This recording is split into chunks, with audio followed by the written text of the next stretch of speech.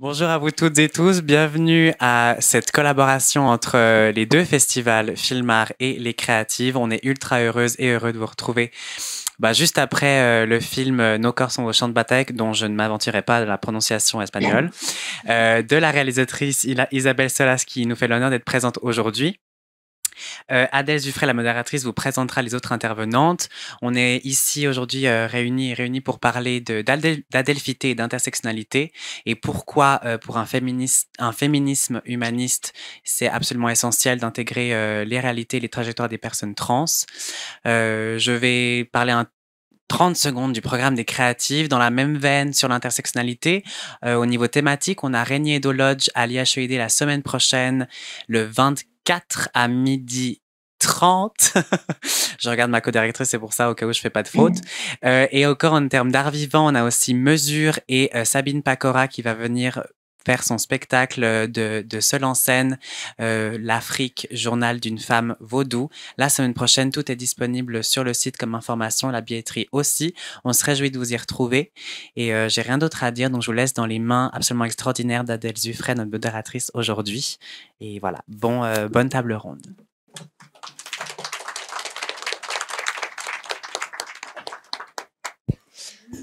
Est-ce que ça marche? Oui, super.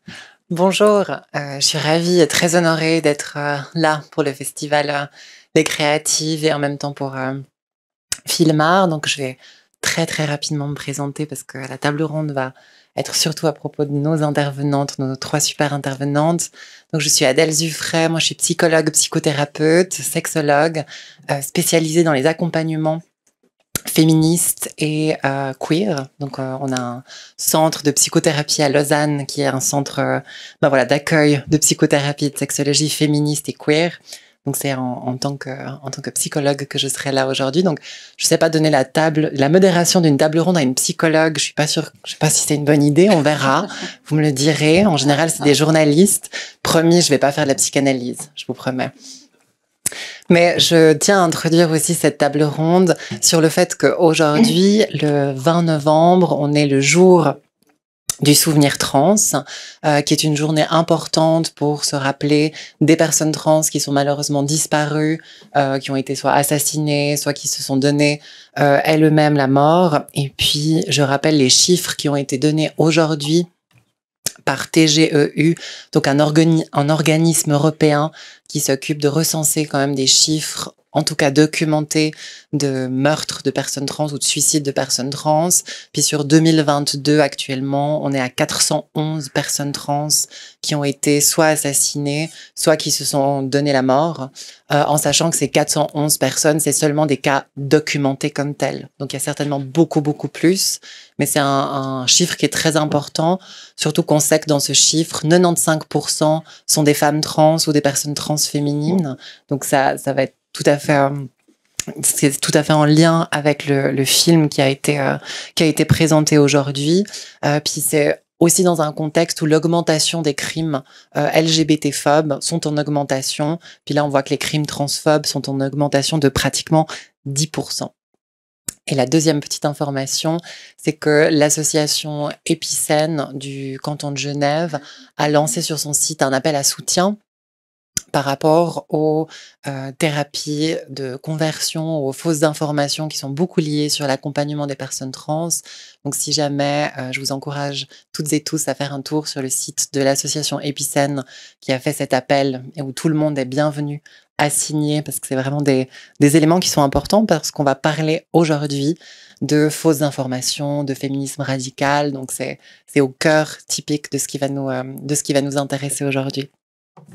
Mais commençons du coup par Isabelle Solas. Donc Isabelle Solas, vous êtes réalisatrice, vous faites également du spectacle vivant, performance et art de rue. Vous avez d'ailleurs un film qui est en train de sortir aussi actuellement qui s'appelle 16 Place Vendôme, avec des performeurs où de la musique est envoyée dans les muscles. Vous allez peut-être nous en parler aussi un petit peu. Et puis votre travail, fondamentalement, il s'ancre sur le corps comme interface politique, sociale et surtout subjectif. Donc je vais commencer par vous, Isabelle. La première question, c'est peut-être pourquoi pourquoi ce film, quelle a été un peu sa genèse et qu'est-ce qui a inspiré le titre pour vous de ce film, Nos corps, vos champs de bataille? Merci déjà de m'inviter à la table ronde. Alors, le film que j'ai fait en Argentine, l'idée est venue au moment de la manif pour tous en France. Alors, je sais pas. Au moment de la manif pour tous en France, où c'était il faut trouver le bon truc.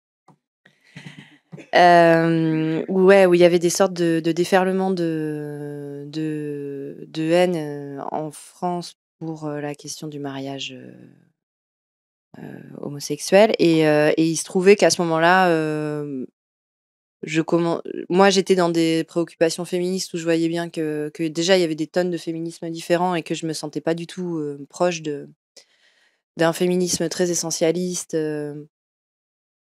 J'avais besoin un peu d'une sorte de schéma théorique pour avancer dans mon propre militantisme. Et il se trouve que c'est le moment où j'ai entendu parler de ce qui se passait en Argentine, du fait qu'il y avait déjà 3 ans avant, il y avait une loi qui était passée, la loi d'identité de genre, qui permettait à n'importe quel citoyen majeur en Argentine de se genrer comme il avait envie sur ses papiers d'identité. Donc du coup, il y avait une sorte de parallèle qui me semblait intéressant, ou criant d'une certaine vérité, de dire peut-être que c'est là-bas que je vais aller trouver une sorte de schéma de pensée et de lutte qui va peut-être plus me correspondre que ce qui se passe en France, qui me semblait un peu rance, quoi. Et voilà, et donc c'est comme ça que je suis allée là-bas.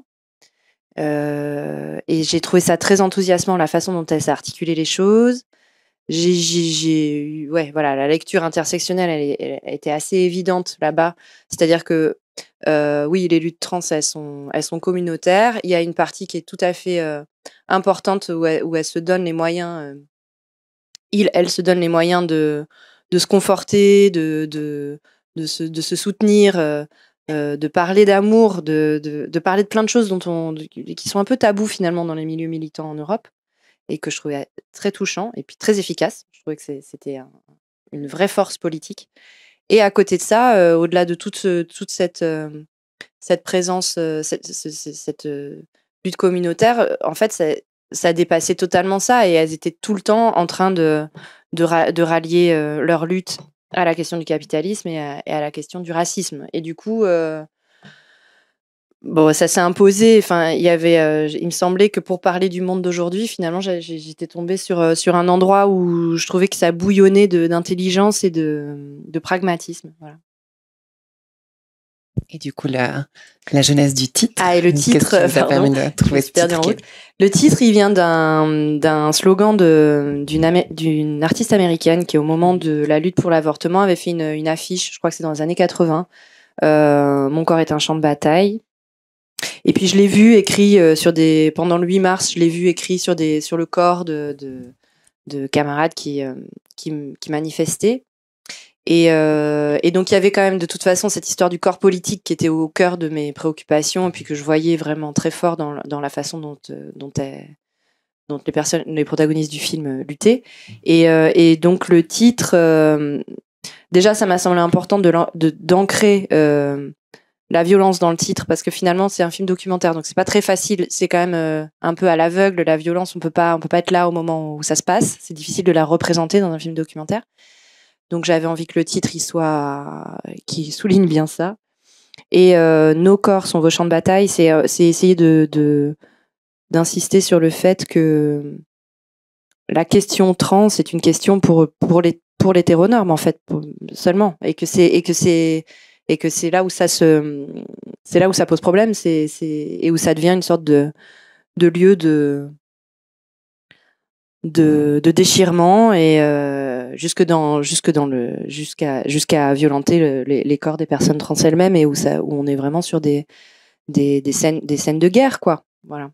Donc le champ de bataille, c'était pas le lieu d'engagement, parce que je sais qu'il y a des gens qui l'ont compris un peu à l'envers. C'était plutôt le champ de bataille en tant que terrain de guerre. Merci beaucoup. C'est d'autant plus important cette journée du souvenir d'avoir ces terminologies-là. On a le plaisir aussi d'accueillir Effie Alexandra Nolasco, qui est coordinatrice du pôle trans de l'association 360 ici à Genève, étudiante en travail social et personnes concernées.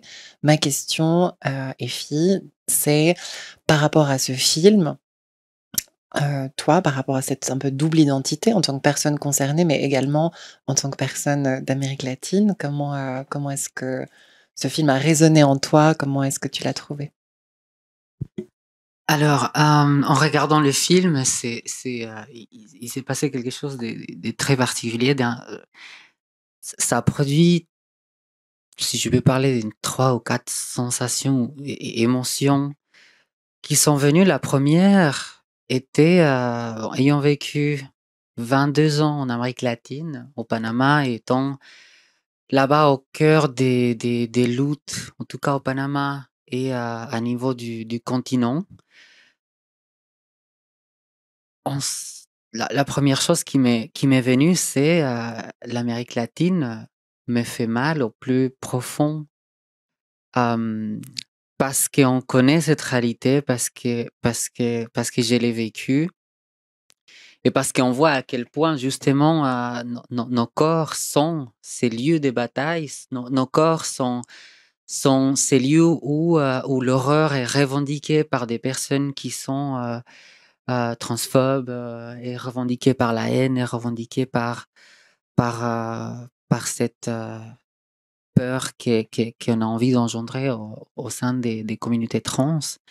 C'est une bataille très crue, et puis une bataille qui des fois a lieu même à l'interne des populations LGBT, à l'interne des populations des communautés trans et non binaires.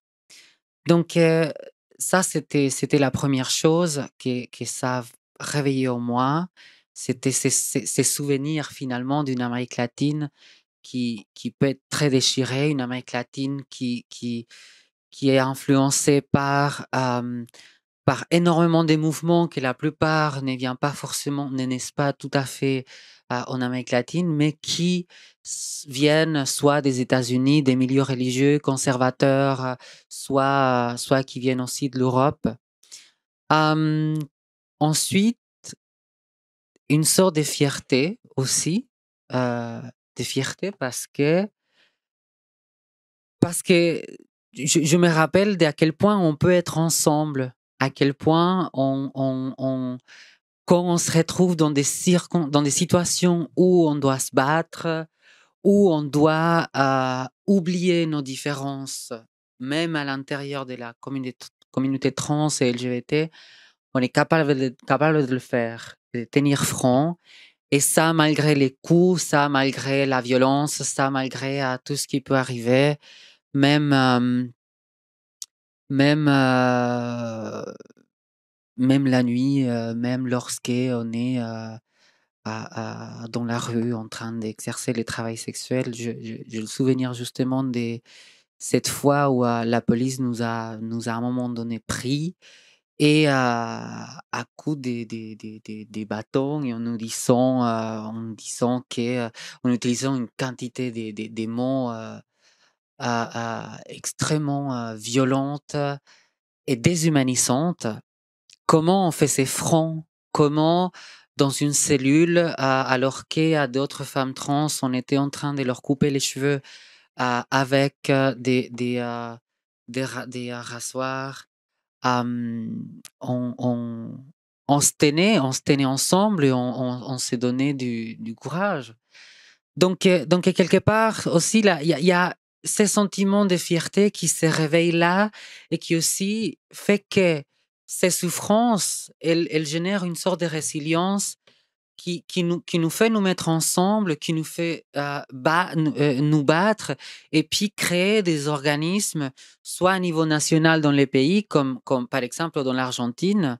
À l'époque, c'était cette loi d'identité de genre était passée avec le travail d'une militante, Pia, elle s'appelle en Argentine.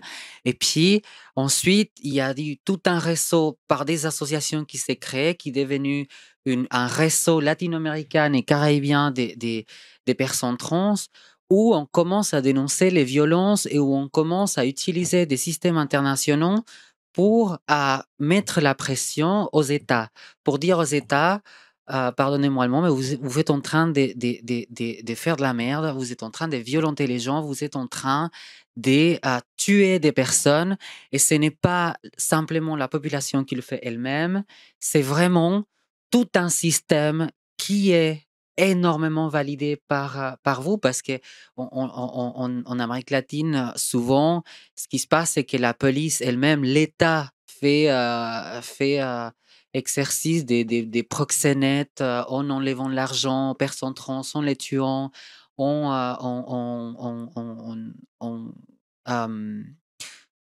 comment, j'ai oublié le mot en français, mais en instrumentalisant le travail des personnes trans pour leurs bénéfices. Donc, et ça, il y a de ces côtés-là, et puis cette résilience qui nous fait créer des projets, travailler des projets on, on, euh, où on va aller, par exemple, à la Cour interaméricaine des droits humains, à porter plainte, à faire des dénonciations. Quand on voit aussi un ralliement de certains politiciens du corps politique de certains pays, typiquement à l'époque, je m'en souviens, c'était l'ex-président et le gouvernement du président d'Uruguay qui a fait qui a eu un impact énorme dans le monde politique latino-américain, et justement concernant la question de la religion, parce qu'il faut savoir que dans le continent, l'Église, les traités internationaux qui se font dans le continent, en tout cas entre les 46 États, sont énormément influencés, et souvent les pays, sans que ça soit quelque chose de minime, demandent la permission à l'Église. Donc, ils appellent leur prêtre, je ne m'en souviens pas, le prêtre, le plus haut prêtre du pays, pour leur demander la permission de passer ou pas, d'accepter ou pas des engagements internationaux. Donc, ça me fait vraiment, vraiment, ça m'a fait vivre cette Amérique latine qui a énormément de facettes, mais qui se bat. Et puis, il y a eu quelque chose d'autre de très particulier que ça m'a. C'est aussi comment la transidentité, là-bas, jusqu'à un certain point, elle a passé énormément par les corps, littéralement parlant, par l'expression des genres plus précisément, et aussi par l'utilisation des mots, par exemple l'utilisation des mots travestis, des mots transsexuels, qui est dans un monde francophone. Moi, quand je suis arrivée ici, j'étais extrêmement choquée parce que j'étais habituée au mot transsexuel, parce qu'on n'avait pas forcément cette réflexion exactement, on trouvait une identité à travers ces mots sans une identité politique, une identité individuelle et collective à travers ces mots, sans forcément se dire exactement qu'est-ce que ça veut dire derrière en termes théoriques. Donc, il peut y avoir bien sûr tout cet apport théorique, mais euh, dans certaines luttes, on est plus dans le show de l'action, et donc et du coup, on utilise ces mots qui nous semblent les meilleurs qu'on peut utiliser. Et souvent, dans les associations et dans les luttes, il y avait cette question de tu es une femme trans du moment où ton expression de genre porte ça. Tu es avec nous, tu es dans notre lutte, ton corps fait partie de ce terrain de bataille au moment où tu as une expression de genre qui parle de ce que tu ressens profondément à l'intérieur de toi. Ce qui est très intéressant, parce qu'ici en Europe, en Europe, on a un discours, une déconstruction justement aujourd'hui des corps, de se dire que ce n'est pas simple, que ce n'est pas quelle expression de genre, ce n'est pas que ça ne passe pas forcément par l'expression de genre, cette ressenti, cette expérience. Et aussi, je pense que ça me fait penser un peu à ces travails qu'il y a encore à faire en Amérique latine à niveau de réflexion, mais aussi qui est extrêmement intéressant, parce que ces corps, ils sont pas simplement, et ils ont aussi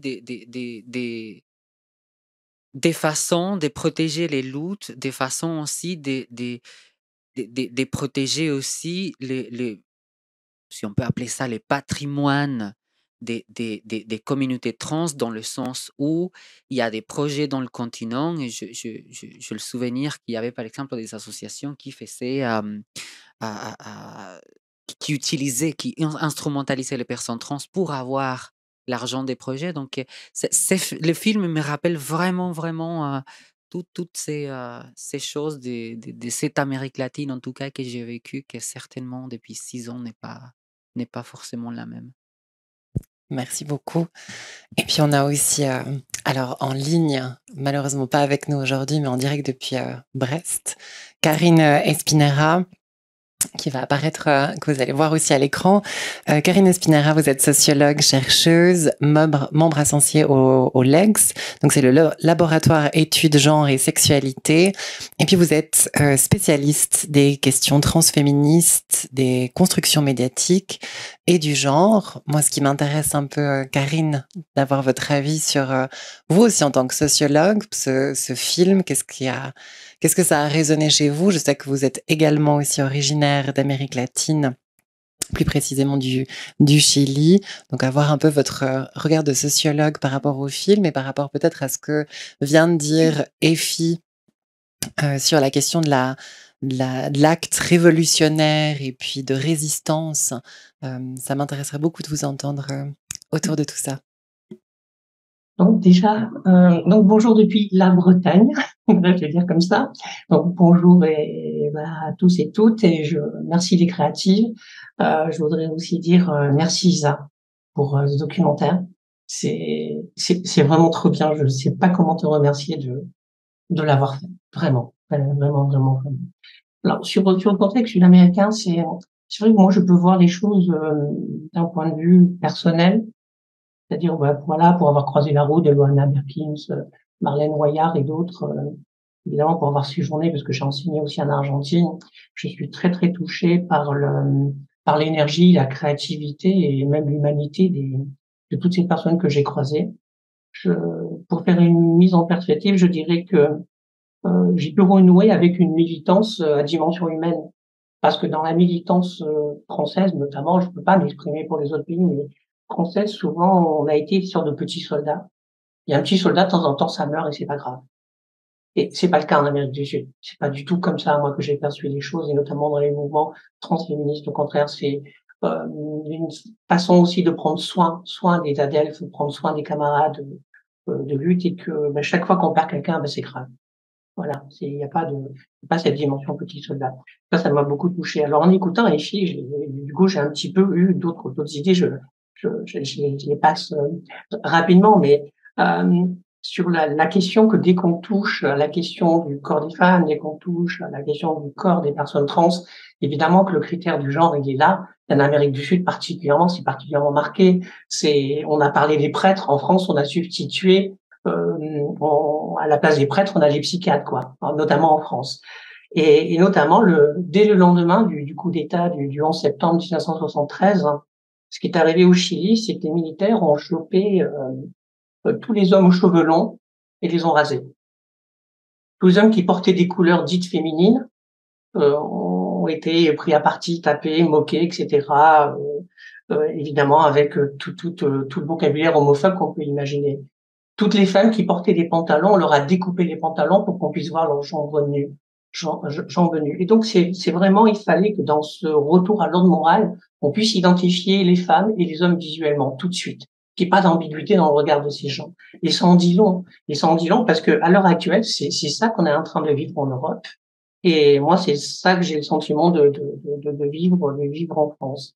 Alors, globalement, sur l'Amérique du Sud, moi, le sentiment que j'ai, c'est globalement, à la fois dedans et dehors, c'est celui d'une movida un peu à l'espagnol, c'est-à-dire post-franquiste. Au moment donné, il y a une telle soif de liberté, mais en même temps, il y a toujours cette culture de la résistance qui reste très très forte, parce qu'on a vécu une dictature, parce qu'on a vu des camarades disparaître lors des marches, que ce soit à Buenos Aires, soit à Santiago de Chile, tout ça. Et cette culture de la résistance, elle est toujours présente. et elle est vraiment très très forte. Donc parmi les groupes, on peut parfois ne pas être d'accord. C'est vrai qu'en ce moment, avec le mouvement anti-trans, c'est un peu compliqué. Mais globalement, la culture de la lutte et des alliances, moi je trouve, enfin, j'ai le sentiment qu'elle reste quand même très très forte. Et presque j'aurais envie qu'elle soit aussi forte dans le groupe ici, voilà, ici en Europe. Donc, pour le reste, c'est aussi l'histoire d'une militante qui s'est construite très rapidement. Enfin, moi, j'ai vu le début des années 2000. J'avais fait l'entretien avec Maria Belén Correa pour mon premier bouquin, notamment. Et je rencontrais Luana Berkin, notamment à Ilgamond, etc. Et je voyais cette créativité et notamment comment les Amériques avaient investi l'international. Je sais pas pour la Belgique, mais en tout cas en France, je sais pas, on snob un petit peu l'international comme si finalement nous on était un petit peu le centre du monde et on n'ouvre pas le débat et on va pas apprendre chez les autres. Et je trouvais qu'il y avait une force chez je sais pas comment le dire, des camarades d'Amérique du Sud qui moi m'a vraiment émerveillé. Merci beaucoup. Je pense que ce qui est important là de ce discours, c'est vraiment la notion des corps. Et puis d'ailleurs, dans le film, Claudia le dit, hein, on ne dissocie pas l'identité du corps. Puis ça, c'est très clairement une phrase de la philosophie, notamment de Merleau-Ponty, qui dit que le soi en tant que subjectivité comme existence ne fait qu'un avec le soi en tant que corps. Et aujourd'hui, puis c'est ce que vous ameniez, Karine, un peu et Effie aussi en filigrane, c'est de dire que les corps aujourd'hui trans sont beaucoup attaqués, notamment par des théorisations. Enfin, il y a, en France, on sait qu'il y a des mouvements qui se disent aujourd'hui féministes pour justement s'éloigner de ce qu'on appelle du féminisme habituel. Puis maintenant, le féminisme est considéré comme un féminisme radical. Mais pour les personnes qui ne seraient pas au courant, le féminisme, c'est un peu cette idée de considérer que les femmes sont des adultes femelles. Donc, alors je ne sais pas si les femmes ont vraiment envie d'être, si on a vraiment envie d'être toujours considéré comme juste un utérus ou qu'est-ce qui fait qu'on est une femelle. Mais du coup, c'est un peu la question centrale de cette table ronde dans la question du féminisme. La place des luttes et des personnes trans et des féministes radicales. De votre côté, Isabelle, quand vous étiez sur le terrain, vous avez du coup filmé puis vu des manifestations, notamment avec Claudia, qui se faisait à des moments repoussés par des féministes radicales en disant vous n'êtes pas des femmes. Comment est-ce que vous avez perçu sur le moment un peu ces encuentros et puis après le ressenti de ces femmes trans qui ont en tout cas au début été repoussées avant que Claudia puisse monter sur scène? Ce qui était assez évident et ce qui était très présent dans le discours de Marlène Ouachar, de Claudia, de Violetta, enfin, l'idée de...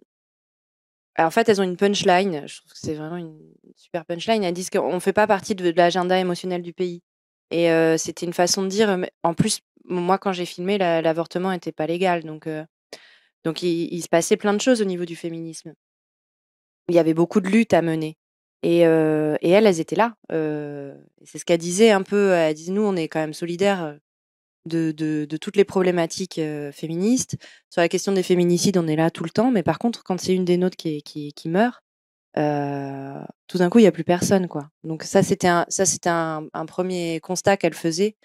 Et elle le dit, Marlène, dans le film, elle dit, on voudrait que vous pleuriez avec nous nos disparus.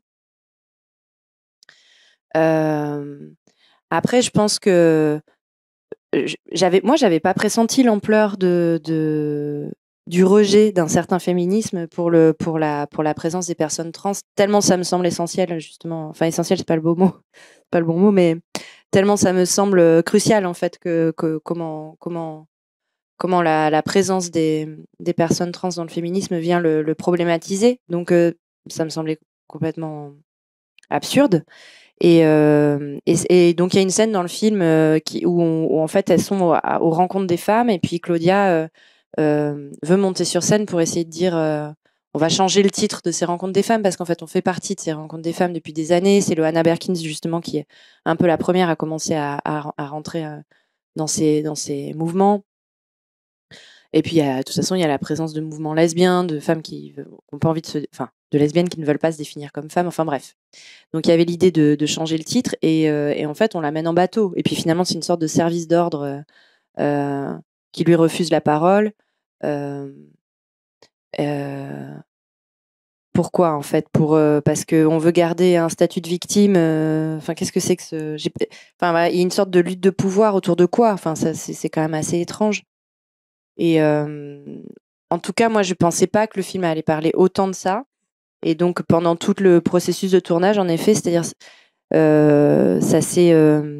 ça s'est révélé, ça s'est renforcé, et puis j'ai bien vu que du coup c'était aussi un débat qui mondialement devenait très présent, jusqu'à des débats complètement stériles qu'on a vus à la télé française là il y a quelques semaines quoi.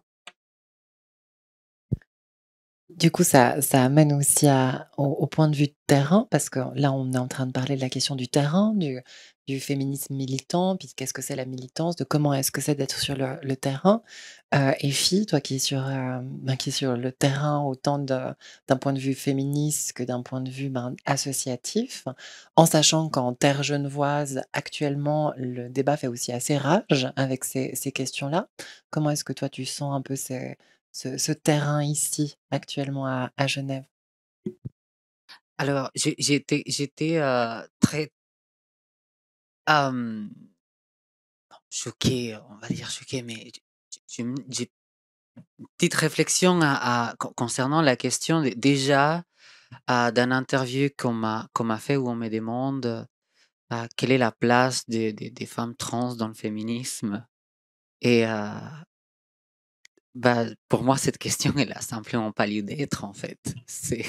C'est comme, je sais pas poser la question, mais quelle est la place des femmes musulmanes dans le féminisme? Quelle est la place des femmes noires? Quelle est la place des femmes en situation de handicap? Donc, c'est absurde. Bien sûr, il y a une place. Après, ce qui est intéressant, ce que je vois dans le film, c'est aussi ces moments où on pose la question, où on dit, quand on est en train de pousser une des protagonistes, quand on dit tu es né garçon, tu as été assigné garçon. Et, et, et, et c'est ça la base de cette rhétorique ici, qu'on trouve aussi, c'est des essentialiser sur le fait, ce qui est pas nouveau, ce que j'ai dit, hein, tu veux dire, essentialiser sur le fait que soit on est avec une vulve, avec un système reproducteur féminin, soit on ne naît pas avec ça et que par la suite, c'est ça qui fait, et exclusivement ça qui fait de nous des femmes, ou dans l'occurrence des hommes, sans prendre en compte, bien sûr, des réalités biologique beaucoup plus complexe. Et là, je me pose la question aussi des rôles d'autres corps sociaux, d'autres corps sociaux. Typiquement la religion, typiquement toute cette histoire avec la religion, avec la science, où finalement il y a beaucoup de gens qui tiennent des discours sans vrai, je veux dire, ne sont pas des biologistes, hein, et qui tiennent des discours complètement dans la biologie et puis c'est intéressant. Aujourd'hui, c'est ce qui est particulier qu'on voit sur la place genevoise, c'est un ralliement, ce qui n'est pas étonnant du tout, mais un ralliement entre plusieurs mouvements. Et je pense que c'est comme ça que ça se passe aussi en France. Je me permets pas d'aller jusqu'à expliquer ce qui se passe en France parce que je connais pas complètement. Ce qui est clair, c'est que ici, différents mouvements, des mouvements conservateurs qui viennent de France, des mouvements religieux aussi, où il y a une partie religieuse évidemment, se rallient avec des associations qui sont motivées par la transphobie, clairement, par la mécompréhension, c'est le mot existe en français, des vies trans, des vies non binaires, des vies des non communautaires, et qui utilisent ça, plus le pouvoir politique et le pouvoir économique qu'il y a derrière, pour instrumentaliser même des fois à leurs enfants, parce qu'il y a dans ces associations des parents des personnes trans, à un moment donné, on s'est retrouvé avec des médecins où cette association avait porté plainte contre ces médecins parce qu'ils disaient que les médecins influençaient les adolescents à faire des thérapies, des transitions, des thérapies hormonales, qu'eux, ils comparent à des thérapies de reconversion. Donc, il y a une ralliement entre ces associations qui agissent énormément par la peur, par la douleur, par la tristesse, par beaucoup de choses, par la mécompréhension d'un sujet spécifique, et qui viennent se mettre ensemble avec des associations ou des endroits, des personnes, des TERF, des personnes qui veulent exclure les personnes trans, des personnes qui essentialisent le fait d'être une femme simplement au sexe, à ces rapports. Donc, c'est ce qu'on voit ici, c'est très agressif. Bien sûr, je pense qu'on n'est pas forcément au même niveau, en tout cas tout le temps, que, par exemple, aux États-Unis, même en France, à côté, en France, où on voit que quand il y a des rassemblements de personnes trans, ces gens dites féministes, personnellement, ça m'appartient qu'à moi, je ne pense pas qu'elles le soient vraiment, c'est cache derrière voilà, une lutte, une vraie lutte. Hem et on le voit, ça ressort ici, pas de la même manière, mais ça utilise d'autres manières plus sournoises et surtout, ça a un pouvoir, mais extraordinaire, extraordinaire pour faire reculer des droits. Ce qui est très particulier, les femmes, on le sait très bien, nos droits, elles sont jamais complètement acquis et on doit toujours, toujours et encore se battre. Donc ça, c'est ce qu'on voit aujourd'hui ici. On voit ces pouvoirs politiques qui utilisent les médias. Il y a 2 semaines à peu près, il y a eu un article sur les GHI, que c'est un journal gratuit qu'on met dans absolument toutes les boîtes aux lettres des gens, un journal gratuit qui parle de la transidentité, d'une médicalisation d'un lobby trans d'une manière extrêmement. Déjà comme si ça existait, hein, alors qu'on sait très bien que c'est un peu leur délire, mais qui utilise d'une manière très sensationnaliste ce qui est en train de se passer. Nos enfants, faites attention, ces gens sont en train de rendre nos enfants trans. En plus, il y a des articles qui veulent faire penser à la population générale que les féministes et les populations trans, c'est des communautés qui ne sont pas liées historiquement par ces luttes, ce qui est complètement faux, évidemment. Ça me fait beaucoup écho avec la jeunesse du film. Hein. C'est la question de la manif pour tous, enfin des mouvements avec de panique morale qui sont très forts. Puis je rappelle, comme l'a dit Effie, quand tu disais c'est des gens qui ne sont pas biologistes, c'est aussi des gens qui ne sont pas psychothérapeutes et qui ne travaillent pas avec des personnes trans. Donc les approches en tout cas de thérapie aujourd'hui, d'accompagnement des personnes trans sont validées internationalement et scientifiquement. Donc c'est pas de la poudre de perlimpinpin. Karine, j'aimerais beaucoup vous entendre parce que comme vous aussi, vous vous intéressez beaucoup à la question médiatique, et puis que vous êtes du côté français, du coup de l'autre côté de la barrière.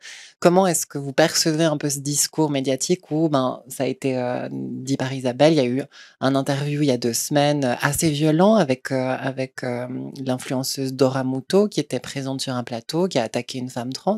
Enfin, comment est-ce que vous percevez la question médiatique et cette question justement du féminisme radical en France, notamment dans leur position dans les médias? Je vais revenir un petit peu en arrière pour dire, alors je sais pas, j'espère que je vais faire bondir personne, hein, de son siège, mais je pense quand même que là, on assiste donc à une offensive réactionnaire globale et complotiste, hein. Quand on regarde les alliances, quel que soit le pays, hein, on prend les États-Unis, on prend comme base le Brésil et on voit déjà des alliances entre donc les évangélistes et l'extrême droite.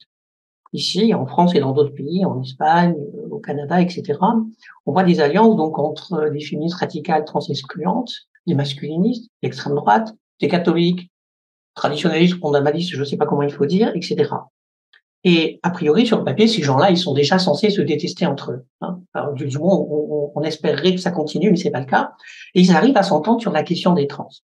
Et moi, c'est quand même quelque chose qui m'a interpellé, c'est comment on arrive à finalement, nous, simplement par notre existence, hein, à fédérer ces gens-là qui, normalement, sont censés se haïr.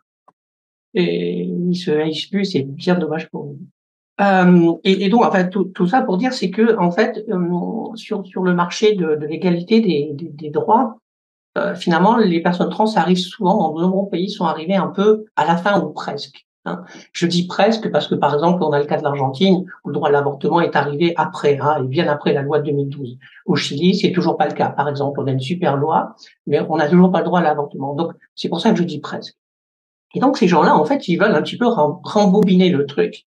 Et donc, on va commencer par les trans, et puis ensuite, ça va être les femmes, puis ça va être les LGBT en général.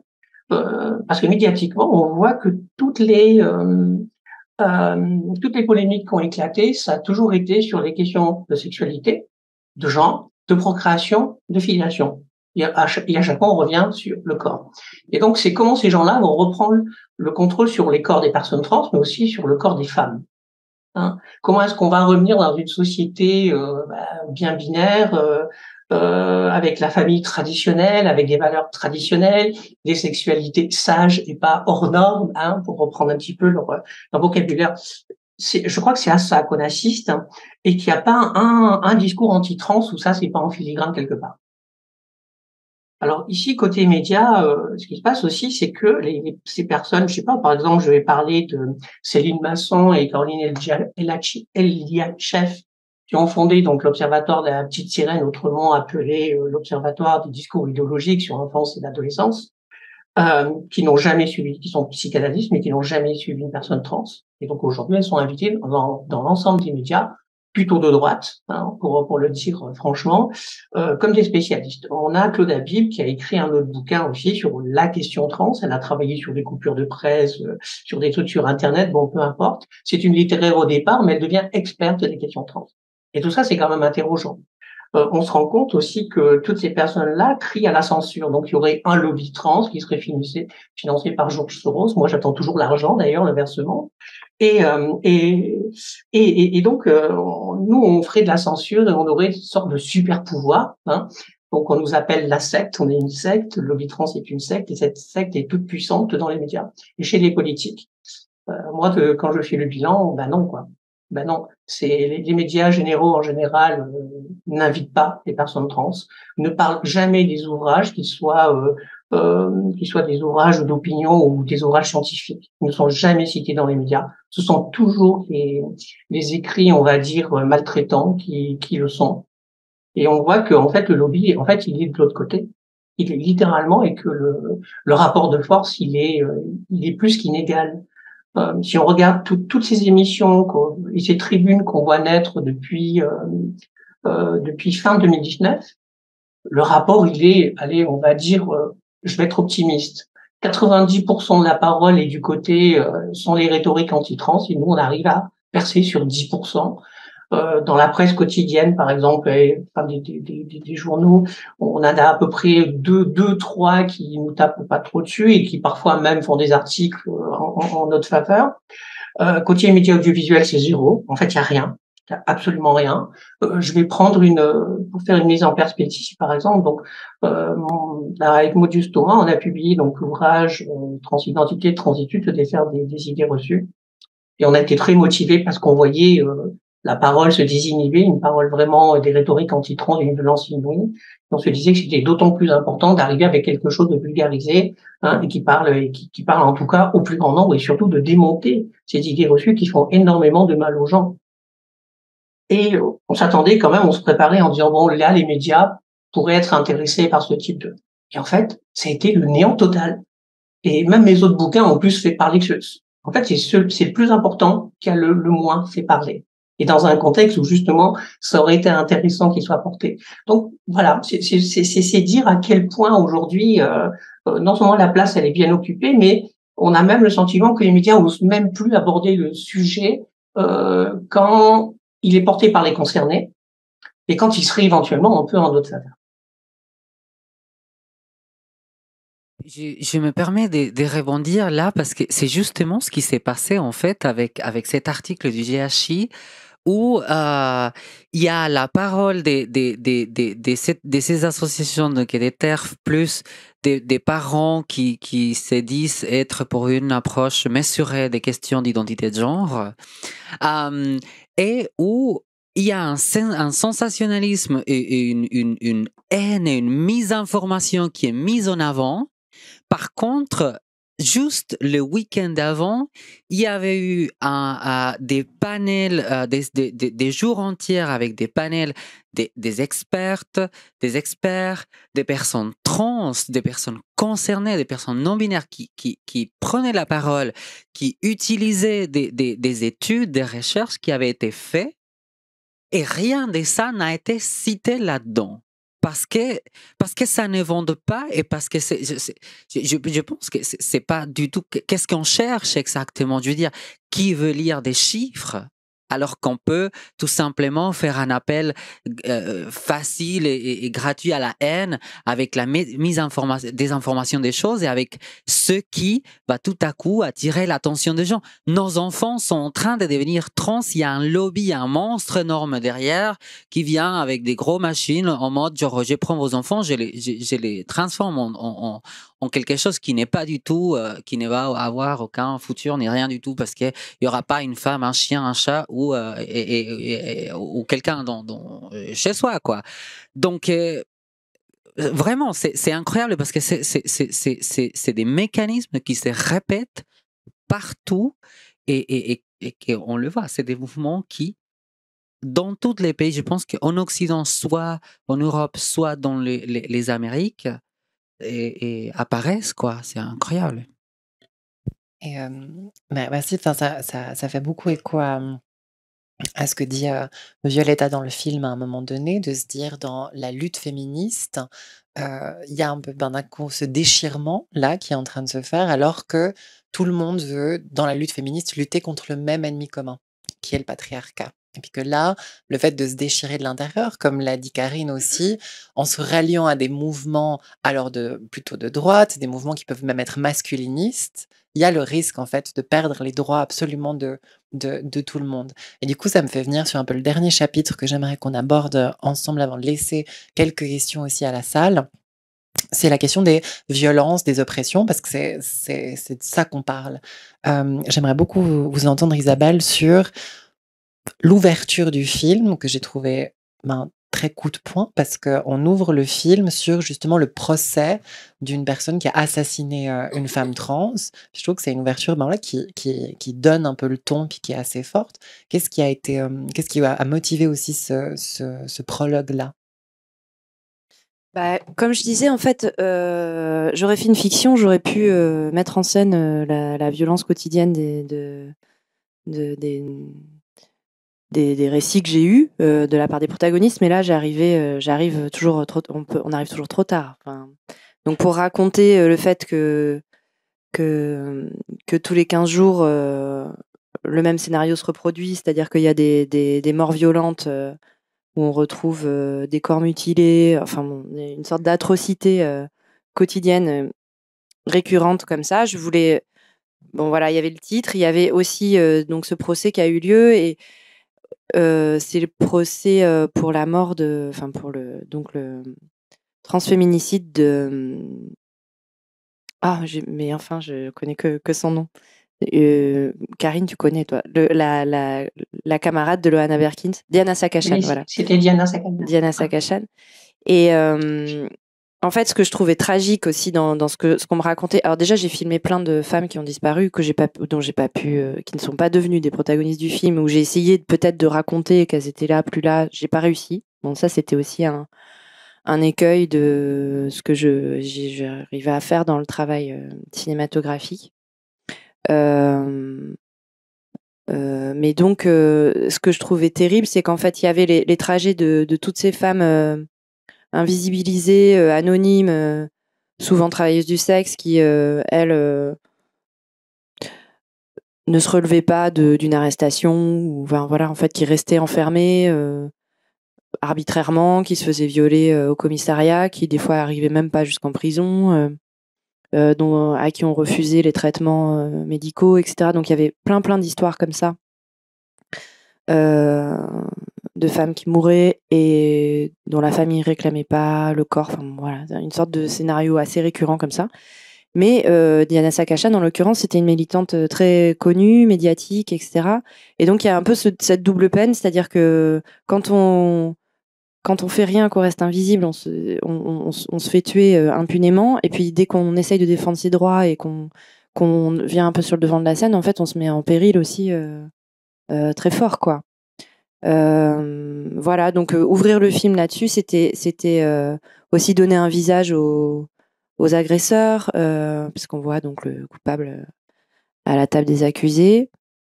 Et puis c'était intéressant parce que c'est le premier procès où il y a eu vraiment une organisation de la part d'associations juridiques qui ont mis en place une défense assez forte pour que, en fait, ce crime soit reconnu comme un travesticide, puisqu'elle se revendiquait travestie, Diana Sakachan, en disant oui, cette mort, elle est particulièrement violente, elle est particulièrement hargneuse et cruelle parce que cette personne avait cette identité de genre-là, et que du coup, c'est quelque chose qu'on retrouve et qui reste impuni. Et aujourd'hui, on lui donne un titre, histoire de dire la prochaine fois que ça va arriver, on sait déjà de quoi on parle, quoi. Et donc voilà, ça me semblait important de montrer ça, parce que ça fait partie en fait de l'avant-garde de ce qui se passe en Argentine pour moi. C'est très bien décrit par Marlène dans le film, qui dit « J'ai un cimetière dans la tête », qui est une phrase qui est extrêmement forte quand on parle voilà, de féminicide, parce que là on est vraiment en train de parler de féminicide. Karine, j'aimerais beaucoup vous entendre, puis après je terminerai avec Effie. Mais Karine, j'aimerais beaucoup vous entendre quand on parle justement de violence, d'oppression, des luttes. Violetta parle à un moment donné de la question de l'intersectionnalité des luttes. On les voit coller des affiches contre la maltraitance animale, puis elle exprime bien cette idée que finalement les luttes féministes, les luttes pour les droits des personnes trans, contre les luttes antiracistes, les luttes antispécistes, enfin, il y a des convergences dans ces luttes. Vous, quelle est un peu votre vision de ces intersections-là? Là, c'est plus on va dire, un chercheur engagé ou l'activiste trans, pour reprendre les mots des autres, qui va parler. Dans les années 90, déjà, quelque chose qui nous a politisé et qui nous a, qui a concouru à nous politiser et surtout à nous inscrire dans le féminisme, c'est de constater que les discours des protocoles hospitaliers, mais aussi bien l'imaginaire social en général, voulait qu'on soit un certain type d'homme et un certain type de femme. Et en faisant le constat de ça, on s'est dit que c'était pas possible, quoi, qu'on devait refuser cette sorte d'assignation juridico-médicale, ou je ne sais pas trop comment l'appeler, parce qu'en fait, on voulait pas, en tout cas, Maudieuse et moi, on voulait pas être les femmes que la société voulait qu'on soit. Parce que pour nous, on allait adhérer au système sexe-genre tel qu'il était, et donc ça veut dire conforter l'ordre des genres, le sexisme, les inégalités. On s'est dit c'est pas possible. Donc on va dire qu'on est trans. Et ça, pour nous, c'était déjà une première marque de politisation. Ensuite, c'est en s'engageant aussi bien dans des associations féministes, lesbiennes, enfin LGBT plutôt en général. On voyait bien, de toute façon, il y avait des croisements. On n'avait pas encore la notion d'intersectionnalité, mais on les devinait. On voyait très très bien qu'on était tous et toutes victimes d'un système bien établi. Aujourd'hui, on met le mot patriarcat. Enfin, on le mettait déjà à l'époque. Mais aujourd'hui, on pourrait aussi mettre le mot binarité. On pourrait mettre beaucoup de choses derrière ces systèmes-là. Et ces systèmes d'oppression, ils ont des entrecroisements. Et c'est ça, je veux dire, les luttes trans, par exemple, ne peuvent pas être intersectionnelles. On ne peut pas lutter que pour nos causes sans s'investir dans d'autres causes, aussi bien je veux dire, dans les luttes féministes, mais aussi lutter contre la précarité, je sais pas, l'ultralibéralisme. Enfin, ensuite, chacune peut se situer dans ce spectre-là, mais globalement, on ne peut pas défaire le système d'oppression si on s'attaque pas à toutes les causes en même temps. Parce que d'un côté, elles sont intersectionnelles, elles ont des entrecroisements, mais d'un autre côté, elles se coproduisent, donc elles sont consubstantielles. Et c'est ça qui est intéressant, c'est qu'en fait, on doit être engagé dans des multimilitances. Et d'ailleurs, c'est vraiment un hommage que je rends aux jeunes personnes trans aujourd'hui et autres, enfin, en tout cas, toutes les jeunes et jeunes militants, militantes, c'est que elles sont justement dans ces multimilitances et c'est d'autant plus méritant que c'est pas facile, que ça mange beaucoup d'énergie, que c'est très violent, qu'aujourd'hui, ne serait-ce que aller sur un réseau social, c'est violent, allumer sa téloche, c'est violent, on ouvre la presse, c'est violent. Voilà, on en est là. Et c'est pour ça que je promets aussi bien à titre scientifique l'approche intersectionnelle parce que, sans jamais oublier ses origines, hein, avec Kimberlé Crenshaw et sa cartographie des marges, hein, que ça nous vient du féminisme, ce sont les femmes noires qui, à un moment donné, ont interpellé les féministes blanches, mais aussi les hommes noirs en disant, et nous, c'est quoi notre place là-dedans, dans l'équation, et que cette notion, elle est complexe et elle œuvre dans la complexité et qu'elle nous permet aussi d'implémenter de nouveaux critères. Ça ne veut pas dire qu'on va faire n'importe quoi et qu'on va tout mettre dans l'intersectionnalité, mais qu'on peut implémenter. Et le critère de transitude, moi, il me paraît vraiment apte, notamment quand on est assassiné en tant que femme et en tant que femme trans, par exemple. Merci beaucoup. Et puis, je donne du coup les dernières minutes à Effie pour parler notamment de la question des relations, parce que dans la question du féminicide, dans la question du transféminicide, beaucoup de féminicides sont faits par des personnes qui sont conjoints ou ex-conjoints. Puis en préparant cette table ronde, tu m'as dit que tu travaillais avant dans une association au Panama, et puis où ça devenait presque une identité d'être une femme, que d'être violentée dans sa relation, où on voit dans le film d'ailleurs que beaucoup de femmes trans ont peur en fait d'être dans des relations avec des hommes cisgenres, justement par peur des violences. Quelle est un peu ton expérience aussi là-dessus, notamment au Panama avec ces femmes? Euh, Moi, j'étais extrêmement étonné par ça. Bon, parce que aussi peut-être moi-même, je venais d'un environnement où il y avait cette violence extrême liée cette violence d'un homme sur une femme. Euh, donc, j'étais coordinatrice d'une association et directrice d'une association et coordinatrice d'un projet. On recevait des personnes trans, surtout. Il y avait énormément de femmes trans. Et je m'en souviens d'entendre beaucoup de femmes, presque d'une manière, avec une certaine fierté, de dire: je me fais battre par mon mari. C'est comme ça qu'elle le disait. Et ça venait je le dis avec une certaine fierté parce que c'était comme si ça faisait partie des marqueurs de ceux qui fait de nous des femmes, en fait. De dire: je suis une femme, donc ma place est dans la cuisine et mon mari me bat. Donc qu'est-ce qui peut encore venir vous montrer à vous, société, que, en effet, je suis une femme? Et je ne vais pas dire que j'ai analysé ces comportements, je ne l'ai jamais fait parce que c'est assez dur pour moi d'aller là-dedans, justement en ayant vécu ces passés, des années de violence. C'est incompréhensible. C'est incompréhensible. Et en même temps, ça parle énormément d'une société où on voit que la catégorie, que ces catégories sociales, que ce monde binaire, il est extrêmement bien défini, qu'il est intégré par énormément de personnes trans, et des femmes et des hommes et toute une société. Et ce que je peux dire, c'est que c'est ce que je voyais là-bas. Ici, ce que je vois beaucoup, c'est pas, je vais pas dans l'extrême en tout cas, j'entends pas l'extrême des violences, mais j'entends beaucoup les stéréotypes des douceur versus force. qu'est-ce qui fait de moi une femme, qu'est-ce qui fait de moi un homme éventuellement. Et ça passe souvent soit par la force, soit par des histoires aussi, même du passing, hein, des histoires avoir l'air des... Parce que ce qui est intéressant là-dedans, c'est que même en Amérique latine, on nous accorde jamais les statuts des êtres tout entiers, mais on a l'air de quelque chose, on a l'air d'une femme, on a l'air d'un homme, à travers ses comportements, à travers ses vécus, ses expériences, à travers ses statuts des femmes à la cuisine, des femmes battues, on a l'air d'être une femme. Et c'est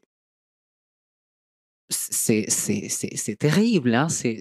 Et je pense que ça appelle à quelque chose aussi, c'est le travail que nous, on doit faire en tant que personne trans, en tant que sociologue, en tant que psychologue, en tant que cinéaste, dont à l'interne de la communauté aussi, je pense qu'on a un devoir, pas simplement à l'externe. Souvent, on se retrouve dans les luttes militantes à faire des choses pour les autres, à faire des choses pour le monde cisgenre, pour le monde hétéro, à sensibiliser, alors que très peu des fois, on prend soin de nos adelphes.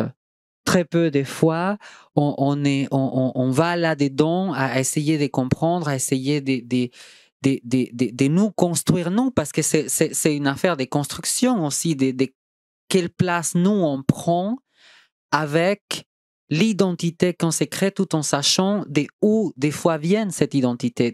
Qu'est-ce qui a fait que nous, on a une identité qui s'est construite, qu'on a intégrée d'une certaine manière et qu'on pense que notre féminité, notre masculinité ou notre appartenance à un genre, peu importe quel qu'il soit, passe à travers ces choses, de le déconstruire et de se reconstruire par derrière, chose qui peut être très, très douloureuse. C'est quelque chose qu'aujourd'hui, on doit, je pense qu'on doit s'occuper, et en grande partie, mon intérêt dans le travail social est énormément là-dedans.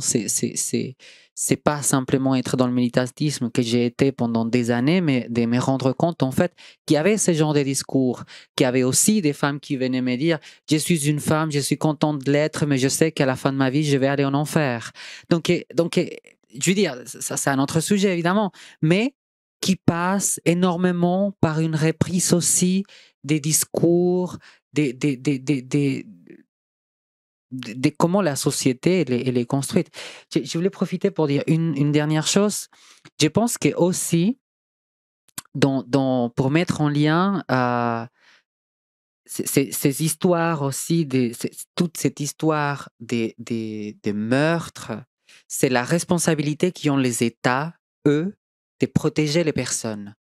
Il se passe quelque chose ici, particulièrement en Suisse, c'est qu'une personne trans qui fait une demande d'asile, là je parle spécifiquement des personnes qui sont en danger dans leur pays et qui à un moment donné décident de quitter, par exemple en Amérique latine, l'Amérique latine ou l'Afrique ou d'autres pays, d'autres continents ou d'autres régions, et si elles n'ont pas des moyens de montrer qu'elles sont en danger, ces personnes sont toutes renvoyées à une mort sûre. Et c'est affreux. On les condamne au suicide, à des meurtres, des meurtres atroces. Et je me permets de soulever quelque chose de très particulier que vous mentionnez à un moment donné, c'est cette place des militantes ou soit des non-militantes. C'est qu'aujourd'hui, ce qui fait la différence, c'est que si on est militante et qu'on a des preuves et qu'on a recueilli des preuves pour pouvoir être prise au sérieux dans un pays et être protégée, on a le privilège de pouvoir montrer la chose. Mais si on n'est pas là-dedans, les pays, ils nous demandent même de prouver, je ne sais pas par quel moyen, qu'on est ce qu'on dit qu'on est. Donc aussi, je pense que là, il y a quelque chose qui a une lutte énorme à faire. C'est sur la protection de la part des États de ces personnes, en règle générale, et surtout ici, en Europe, quand il y a des personnes trans qui viennent des autres parts du monde, des autres parties du monde, à demander une protection ici et que cette protection l'aurait complètement niée et que ça fait partie aussi de qu'est-ce que nous on considère comme étant des identités valides, des corps valides et par quoi ces notions de danger passent. Parce que c'est pas, eux, ils ne considèrent pas que le fait simplement déjà d'être une personne qui sort de cette binarité est un danger, même ici. Et il n'y a pas cette protection. Et je veux dire, parlons même pas des systèmes de justice suisse, hein, qui est complètement à la ramasse. Merci beaucoup. Et je tiens aussi à préciser, parce que comme on a parlé des violences institutionnelles, des violences médiatiques, que c'est jamais en l'air d'avoir des articles ou une médiatisation, une violence comme ça sociétale, parce que même pour les personnes qui vont distiller cette haine, ben, elles vont pas voir les répercussions. Nous, en tant que professionnels de la santé, on les voit. Et je peux vous dire, en tout cas dans le travail qu'on fait, alors plutôt du côté lausannois, mais on voit une augmentation massive des symptômes anxio-dépressifs chez des jeunes concernés, chez des moins jeunes concernés, une augmentation des tentatives de suicide et puis beaucoup plus de trauma. Donc c'est le revers de la médaille, mais que les professionnels de la santé qui travaillent avec ces personnes voient, contrairement aux autres personnes qui paradent dans les médias puisqu'elles ont le temps de parader, alors que nous, on a plutôt à essayer de limiter la casse. Donc, je synthétise un peu cette table ronde, si je comprends bien, surtout la question des voies des possibles. La voie des possibles, c'est s'investir, c'est lutter, c'est de pouvoir être ensemble et travailler ensemble pour les droits humains, lutter pour les droits humains, puisque les droits de tout le monde, enfin les droits qui sont prônés dans le féminisme sont des droits pour absolument tout un chacun, toute une chacune, et qu'on doit se rappeler que l'ennemi commun, finalement, c'est le patriarcat.